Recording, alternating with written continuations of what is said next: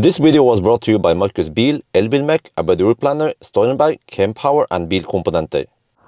Yo, what's up? We are now at Cleavage and behind me here you see MG4 Xpower. This is all-wheel drive, at least forward. It has 600 Newton-meter torque, 435 horsepower. It does 0 to 100 in 3.8 seconds. It's even faster than a Porsche Taycan 4S. It's the beast from the east. And today we're gonna do a noise test and then hyper mileage. I'm just kidding. We're gonna do acceleration test, but not the regular acceleration test.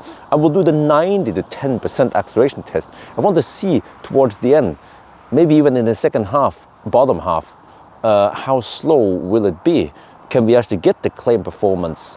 And for how long? Well, let's find out. So yeah, I charged the car at home in the garage. So the battery might not be the hottest.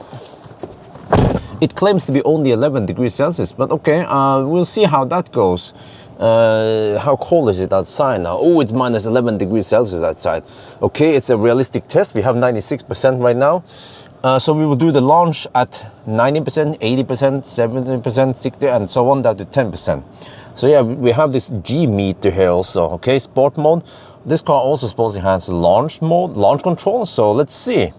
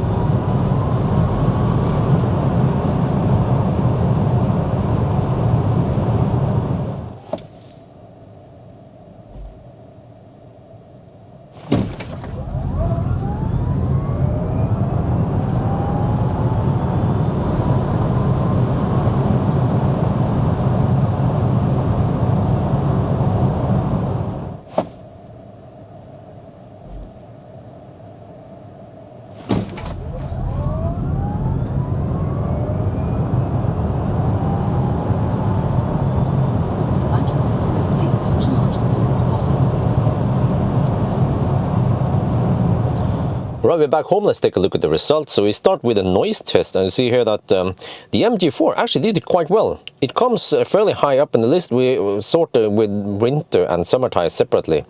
Even the MG4 is better than Plaid. Wow. On par with IEPs and also ET5, which is considered quiet. So very good, but of course it helps that we have the R5 EV tires. The EV means that it has the acoustic foam. So the Plaid here and the Palladium did not have the acoustic foam. And when it comes to acceleration, also really good. Okay, on spec it's supposed to be 3.8 seconds, even faster than the Porsche. But of course, because we have winter tires, then the R5, they are soft and they are optimized for snow and ice. But when you do some kind of acceleration, then okay, we slip a little bit. I suspect that in summer we will probably achieve 3.8 seconds. And despite this result, look at what cars we are matching or would be beating on summer tires. Even way expensive, more EQE almost as fast as e-tron GT, you know, roughly on par with Model 3 with the boost here. So we're even beating EQS4. Wow! So you know, it seems like the MG4 Xpower here is really good performance, bang for the bucks, versus, you know, how much it costs, right? Okay, but what about when we drive it lower like I did? So remember that I use sport mode, and it seems like sport mode might keep the battery at slightly higher temperature or something, but I actually didn't get that limp mode I was getting when I did 1000 kilometer challenge. So yeah, you see that okay, it drops as expected like most cars, but then there is a quite significant drop at 20% and even more at 10%. So it actually becomes the second slowest accelerating, only beaten by, yeah, and that was the SR Plus. Wait, yeah, this was the old SR Plus, I think. That was quite slow, but the new one is a lot better, especially the one with LFP is super flat. But so we can look at these numbers here like this, right? Or we can look at the normalized numbers.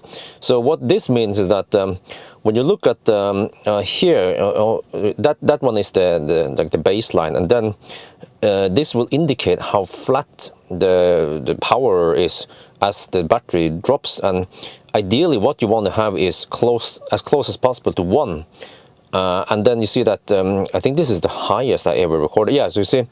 So in that regard, normalized data is the highest I've ever seen. So it's almost half the speed as initially when they were at 90%. So yeah, and also this is the average 1.2 if we compare it to some of the other ones. Even the Tesla that we saw earlier didn't have 1.2, so they're 1.0, yeah, maybe the EV6 GT, or no, this is fairly high, right? Model 3 long range and also Polestar. So yeah, so in that regard, yeah, okay. The MG4, you get pretty good. If we look at this, okay, you get in the 4 seconds something, right? In the beginning until actually around, yeah, 50-40% ish. Then it starts going down a bit, but not that bad. So yeah, I think it's still good. But then towards the end there, I'm not sure if this is a thermal problem, if the battery is too cold versus low state of charge, or if it's just limitation of the battery. Because if it's a thermal problem, they could fix this by updating the software so that they keep the battery at slightly higher temperature versus before, because that's actually what happened with the Model 3 long range. What was it again?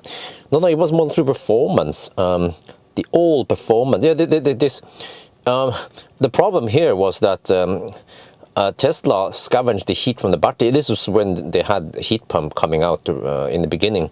And the problem is that they sucked too much heat from the battery and became too cold, and it became quite slow.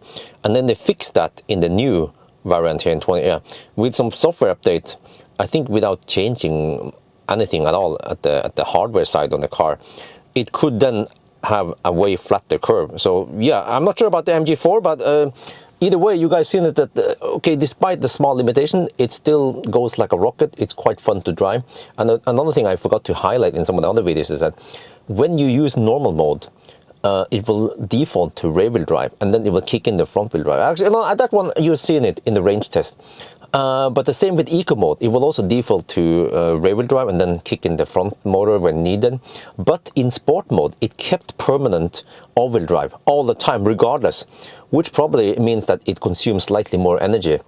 But then actually when we drive on slippery surface, I prefer the sport mode setting where you have permanent overdrive, because especially in the roundabouts, that split second when the rear axle starts slipping before the front axle kicks in, it's similar behavior as Tesla Model 3. It's also, you know, long range or dual motor is also set up like that. But when you have all permanent overdrive, it gives you that slight extra grip or performance. I don't know how to explain, but so I think that's like a tip, or unless you use snowboard. I haven't tested, but I will assume that, I think I saw that when I tested that snowboard also keeps permanent overdrive. So yeah, the little tip for you with which mode you want to use. But it seems like sport mode might do something with the battery temperature or something, but it seems to have prevented some turtle mode or some power limits towards the end. So maybe the trick here is that even when you drive normal, if you know you have to go deep, then maybe switch on sport mode, let's say below 40-50%, right? And then you might not get that limp mode once you reach 10%. Because in this case here, when I tested it, even at 10%, I was getting around 100 kilowatt, but during 1000 kilometer challenge I was restricted often to 40-50 kilowatt. And even when I did test this time, when I switched to normal, I didn't get 40 kilowatt, I still got 100 kilowatt. So it wasn't just a mode setting there, it must have been that the mode did something before it went that low. I don't know if this makes any sense, but this is all I have observed when I did the test. So anyway, I think that's gonna be it for now. I hope you guys enjoyed this video. As always, thank you for watching and talk to you later.